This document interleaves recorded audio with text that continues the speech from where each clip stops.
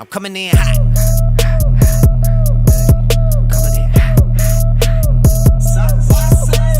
In today's world, smartphones have sort of become a part of our lives.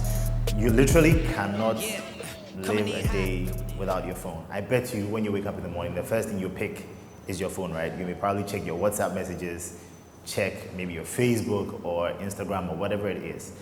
But what kind of phone do you use?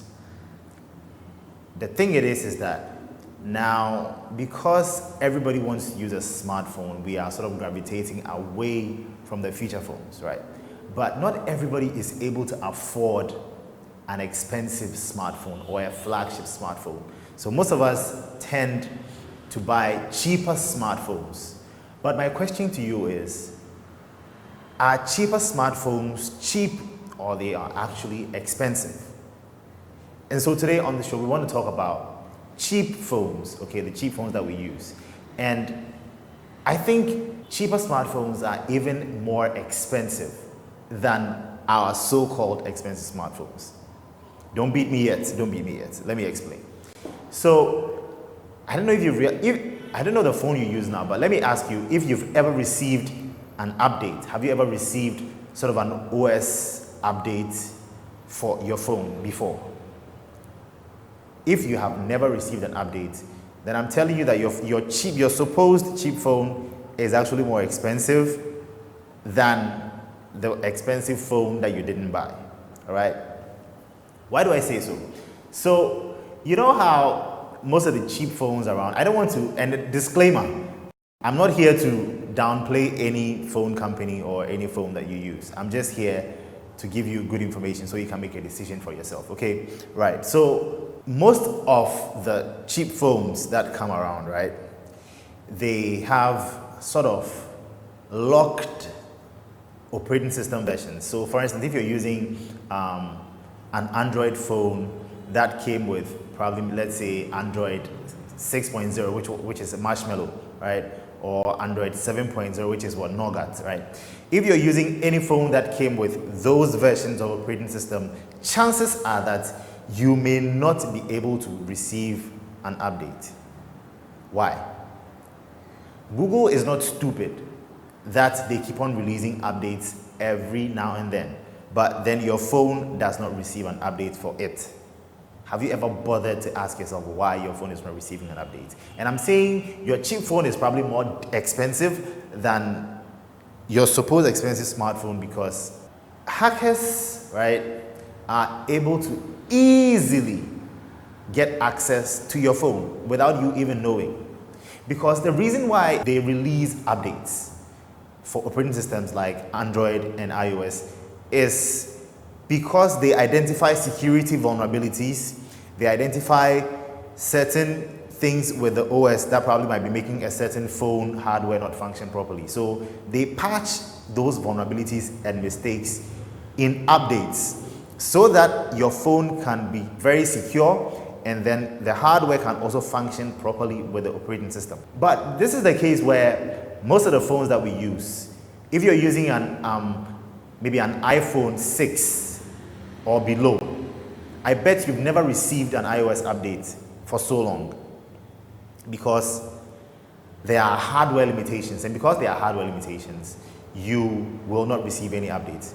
The iOS 7 and above, they all require specific hardware, they require specific processor, they require specific storage, they require specific screen, display, and things and other things like that to be able to enable the phone to accept the OS, for the OS to run smoothly on the phone. But because those hardwares are limiting the OS, they don't send you an update. So your phone probably has been sitting there for so long and you've not received any update for it.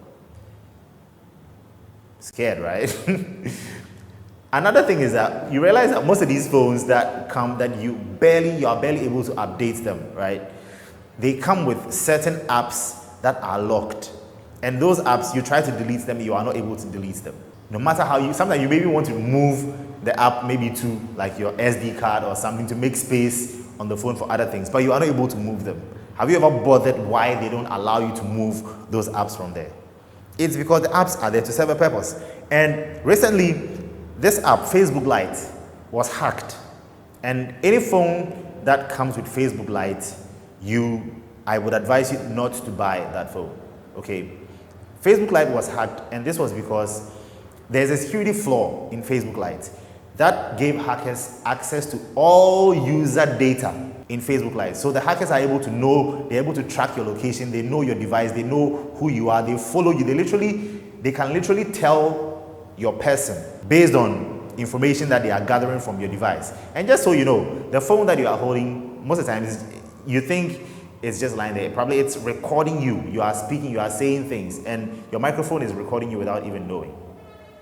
Okay, so because of these issues, you may be enjoying the phone and using it, but you are giving off things, private things about yourself to somebody sitting somewhere that you may not even know. So, what is it? Is it that you don't cherish your privacy? Is it that you don't cherish you don't care about the things that other people get to know about you, which is why you may want to stick to using a cheaper phone, or maybe you just don't want to buy an expensive phone, right?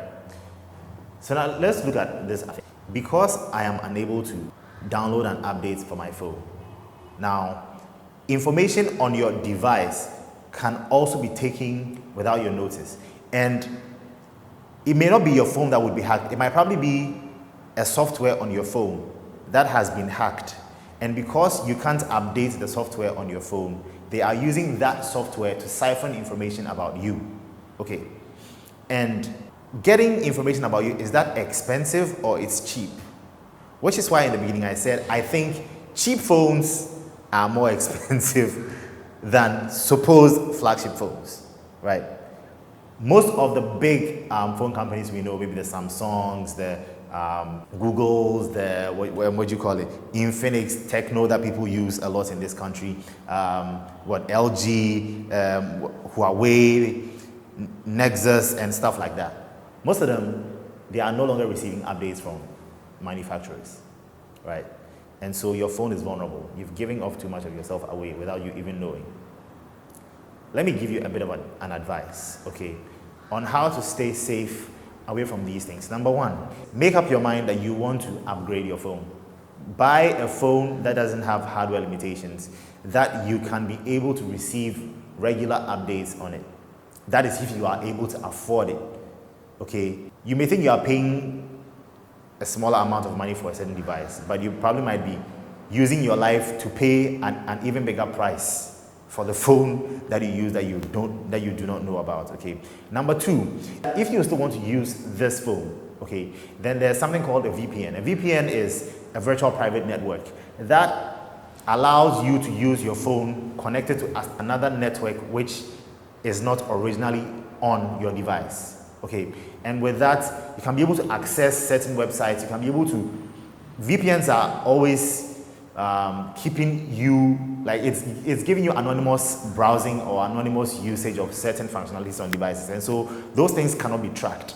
So if you can install a VPN on your phone, and just so you know, most of the VPNs available are free, and most free VPNs are not highly secure.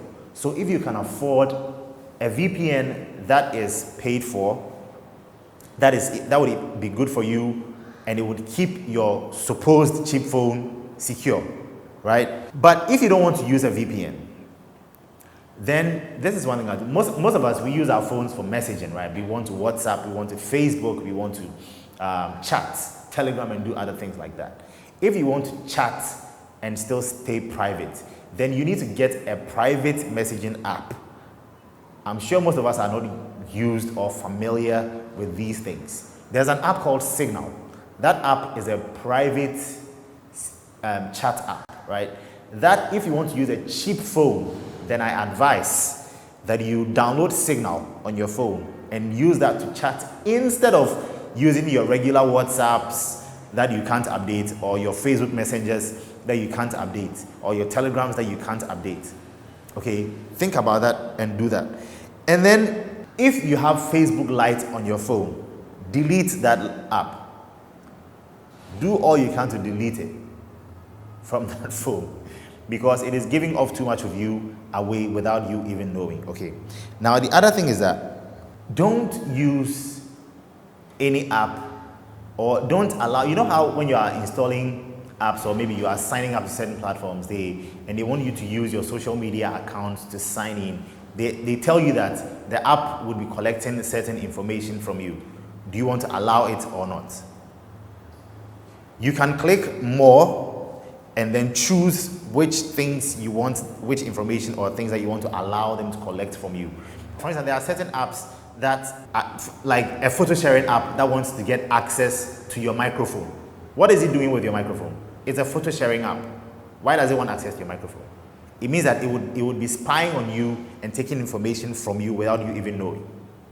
So sometimes when you are installing, when they ask you about the things that you should allow your phone to do, you allow those apps to do on your phone, disallow some of the things and make sure that you are not giving too much of yourself away, right? So basically, I want to round up here and say this, that if you ever thought that having a cheap smartphone is good for you, maybe you should revise your notes, unless you don't really care about your privacy or anything of that nature. But if you care about your privacy, then you should rather buy maybe a moderate phone that you can be able to receive regular updates for, okay? So that you can stay secure on the internet and in this world where right now there's a proliferation of phones and we literally can't do without our phones. My name is Quamie. Thank you very much and see you again in the next one. Peace out. Coming in hot, just like the fajita. I write what I live, my life in the speaker. I'm nice with the flow.